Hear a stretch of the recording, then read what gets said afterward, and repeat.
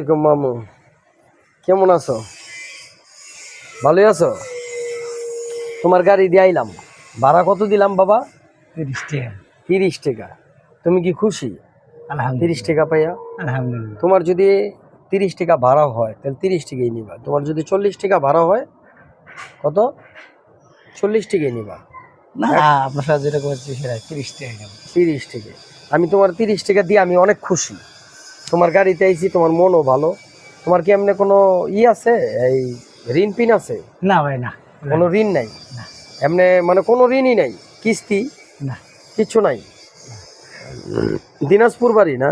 জি। পোলামায়া কয়জন? এক মাইয়া। ও, কিস্তি নাই। আজকে কি রান্না করছিল বাসায়? আলুর ডাল পাকাইছিল ডিম দিয়ে। আলুর ডাইল ডিম দিয়া, খুবই সুস্বাদু খাবার। আমি খুব খুশি হলাম তোমার কথা না। এমনি ঘুম কেমন হয় রাইতে? হয়, আল্লাহর রহমতে ভালোই হয়। ভালোই হয়, কারণ ঋণ পিন নাই, রিক্সা চালাও, দিন আনো দিন খাও।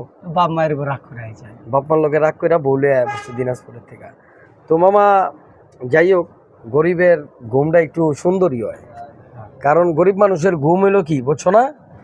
গরিব মানুষের ঘুম হইলো, মনে করো কি বাবা, ঠান্ডা মাথায় নিরালে ঘুম হয়। আর বড় লোকের কি হয়, অনেক টাকা পয়সা কামায় বিদিকে পড়ে জায়গা, কই বাঙ্গুম, কই কি করুম, হ্যাঁ, সকাল উঠটা কত টাকা ঋণ, হ্যাঁ, ব্যাংকে ঋণ, এদিকে ওদিকে, মানে বিভিন্ন ঝামেলা। এই যে দিন আনো দিন খাও, ফুরফুর একটা ঘুম দাও, বাস কমপ্লিট। আলহামদুলিল্লাহ। জি। নাকি? এখন নামাজ পড়ো তো? নামাজ পড়ি আল্লাহর রহমতে। নামাজ পড়ো, কালেমা পারো তো? খালামা এখন শিখিনি। কালেমা শিখো নাই? আল্লাহ মাফ করো, আল্লাহ মাফ করো, আল্লাহ। মুসলমানের সর্বপ্রথম বৈশিষ্ট্য কি কত? কালেমা। এটা কি কালেমা? ইমান। কালেমা মানে কি? ইমান। আমার লগে লগে বলো, লা ইলাহা লা ইলাহা ইল্লাল্লাহু ইল্লাল্লাহু মুহাম্মাদুর রাসূলুল্লাহ। মুহাম্মাদুর রাসূলুল্লাহ। হ্যাঁ, বলো, আল্লাহ ছাড়া আল্লাহ ছাড়া কোনো মাবুদ নাই।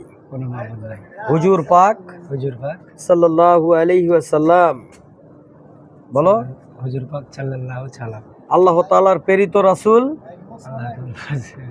এবং বান্দা। এটা কি জানো? এটা হলো কালেমা।